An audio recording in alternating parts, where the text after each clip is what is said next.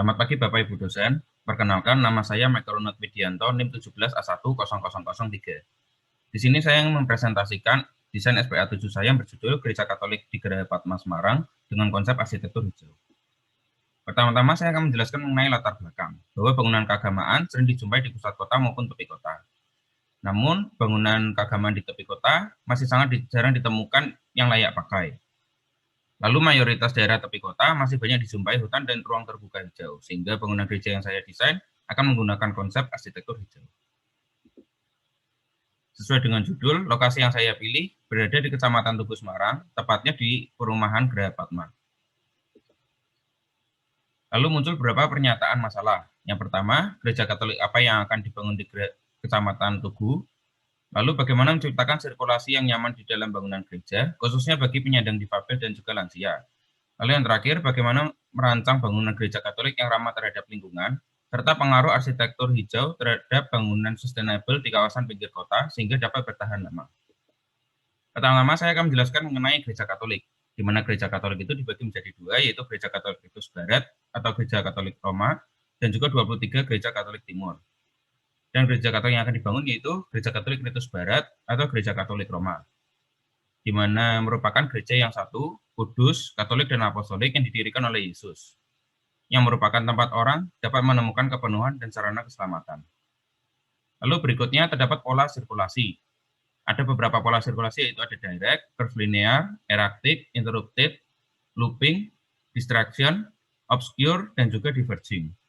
Pola sirkulasi yang digunakan adalah pola sirkulasi direct, di mana pola yang menunjukkan arah secara langsung serta tidak memberikan pilihan lain untuk sampai ke tujuan, sehingga kaum difabel dan juga lansia dapat langsung sampai ke tujuan tanpa harus dibuat bingung. Lalu beberapa strategi sustainable yaitu ada penerangan alami, kualitas udara dalam ruang, ventilasi alami, efisiensi energi, minimasi sampah, konservasi air, manajemen sampah padat, renewable energy, landscape alami, dan juga preservasi lahan. Arsitektur sustainable yang diterapkan pada bangunan gereja dapat membuat bangunan tersebut menjadi ramah terhadap lingkungan dan juga hemat energi.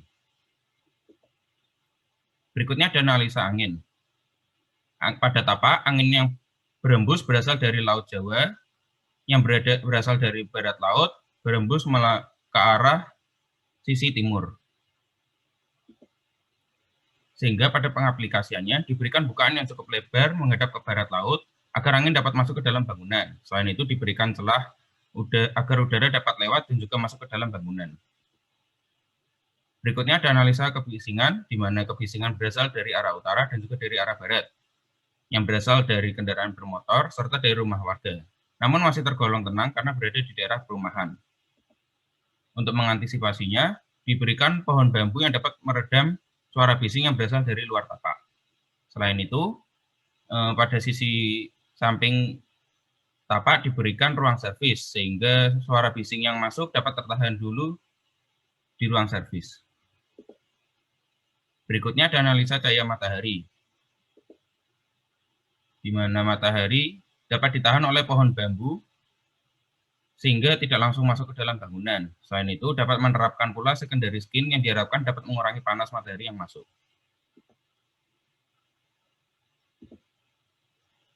Lalu untuk analisis view, pada sisi utara berupa rumah warga, sisi timur berupa lahan kosong, sisi selatan berupa lahan kosong, dan pada sisi barat berupa SMA Karangturi. Sehingga kita harus memaksimalkan bukaan ke arah barat, sehingga bangunan gereja dapat dilihat oleh masyarakat sekitar. Berikutnya ada form finding dari bangunan gereja yang saya desain. Saya terinspirasi dari makanan lumpia yang merupakan makanan khas Semarang. Berikutnya ada bentuk dari stasi Jalan Salib dan juga Gua Maria. Selanjutnya, saya akan masuk ke desain gambar kerja saya. Pertama-tama saya akan menjelaskan mengenai situasi di mana pada sisi utara dan juga sisi timur masih berupa lahan kosong dan pada sisi barat merupakan SMA Karangturi. Berikutnya ada site plan dari bangunan gereja tersebut. Di sini terdapat beberapa konsep render yang saya desain, dan di sini saya memberi bukaan bangunan gereja yang menghadap ke arah barat, sehingga masyarakat sekitar dan juga penduduk yang lewat dapat melihat bangunan gereja tersebut. Lalu selanjutnya terdapat interior dari bangunan gereja tersebut. Lalu di sini saya ingin menciptakan ruang untuk kegiatan religius berupa berdoa pada detail khususnya. Di sini saya mengambil Gua Maria dan juga stasi Jalan Salib.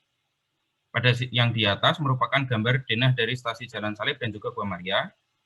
Lalu yang di bawahnya terdapat tampak depan dari stasi Jalan Salib dan Gua Maria.